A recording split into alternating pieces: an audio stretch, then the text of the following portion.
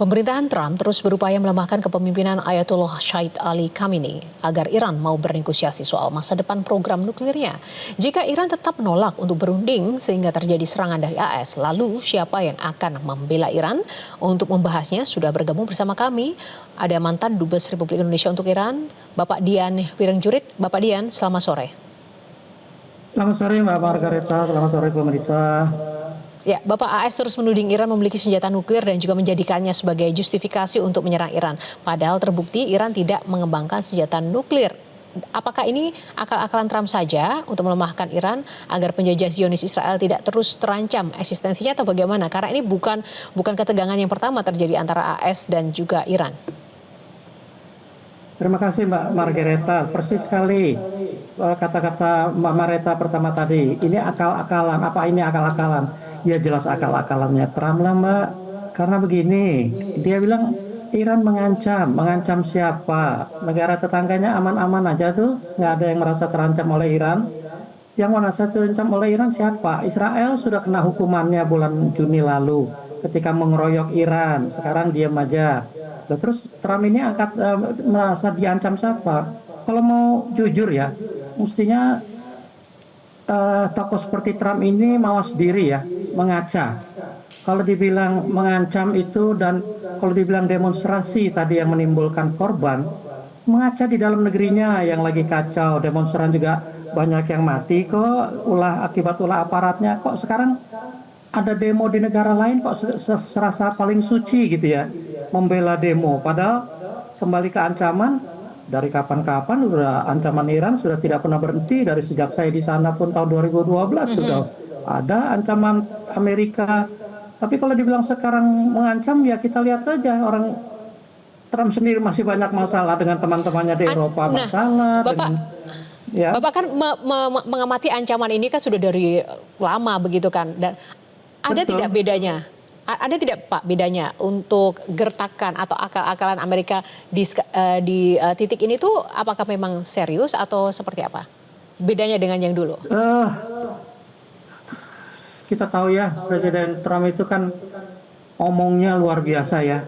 Ketika periode pertama saja ancaman itu juga tidak kurang gencarnya loh terhadap Iran. Bahkan mereka sudah lebih menerapkan yang namanya sanksi dengan istilah yang namanya maximum pressure kepada Iran. Juga karena Iran tidak merasa terganggu berat dengan ancaman-ancaman itu, semua program yang dilakukan Iran tetap berjalan, pembangunannya di dalam negeri tetap berjalan, walaupun memang dalam keadaan sulit ya harus diakui. Negara lain juga kalau mengalami krisis seperti Iran mungkin sudah kolaps, tapi Iran masih bertahan karena mereka punya sumber daya yang luar biasa. Nah, kalau dibilang ancaman saat ini apa bedanya? Tidak ada bedanya karena pangkalan udara di Doha sudah hancur ketika dia menyerang Iran. Sekarang didatangkan pangkalan mobilenya, pangkalan bergeraknya, yaitu kapal induk yang jumlah kapal terbangnya ya tidak kurang sama dengan yang ada di Doha mungkin. Sekarang ditambah kapal-kapal. Buat saya di Bahrain pun ada pangkalan angkatan laut terbesar Amerika juga. Selama ini nggak ada masalah kok. Yang namanya ancaman itu apa? Saya nggak jelas tuh. Pak Dian, Parlemen Iran menyatakan ribuan tentara Amerika akan dalam kondisi beresiko jika Amerika menyerang Iran dan menyatakan Trump hanya bisa memulai perang tapi tidak punya kontrol terkait akhir dari perang itu. Apa makna pernyataan Iran ini menurut Anda, Pak? Terima kasih Mbak. Kapal Abraham Lincoln, kapal induknya Amerika itu mengangkut mungkin lebih dari 5.000 pasukan tentara Amerika. Itu simple kok Mbak. Kalau kapal induk ditembakkan, nggak usah harus dihancurkan, ditembakkan landasan pesawat terbangnya, tidak akan ada serangan dari kapal induk Mbak. Semua kapal terbang tidak akan bisa terbang membawa bom, karena bom-bom Amerika banyak yang dibawa oleh kapal terbang itu. Nah, 5.000 pasukan itu di tengah laut ngapain Mbak? Dia butuh logistik, butuh makan segala macam, butuh juga mungkin hiburan.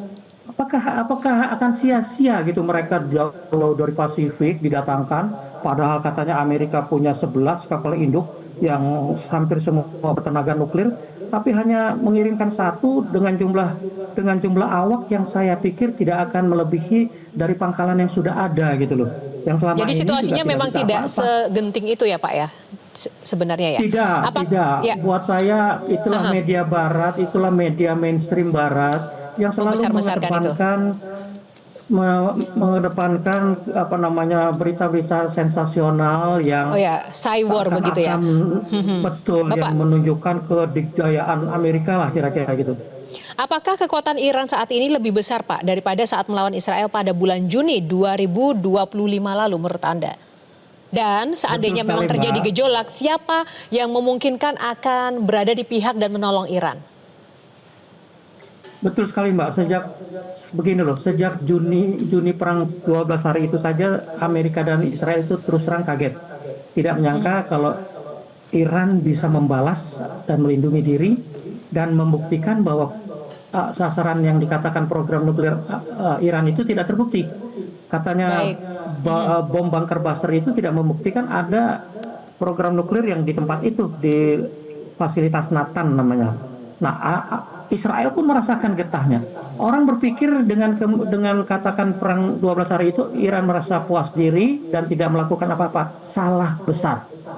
Dari bulan Juni sampai sekarang, waktu yang dibutuhkan untuk konsolidasi sangat dimanfaatkan oleh Oke. Iran, antara lain dengan mempersiapkan persenjataan yang lebih baik, lebih canggih, yang pasti sudah mengantisipasi apa yang akan dilakukan oleh Amerika.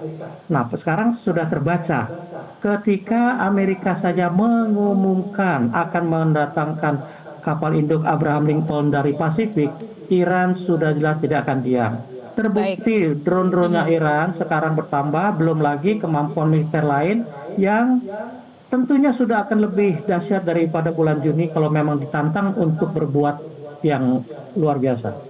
Baik, terima kasih Bapak Dian Wirengjurit untuk ulasannya bersama Metro hari ini. Salam sehat selalu Pak, selamat sore. Jelajahi cara baru mendapatkan informasi. Download Metro TV Extend sekarang.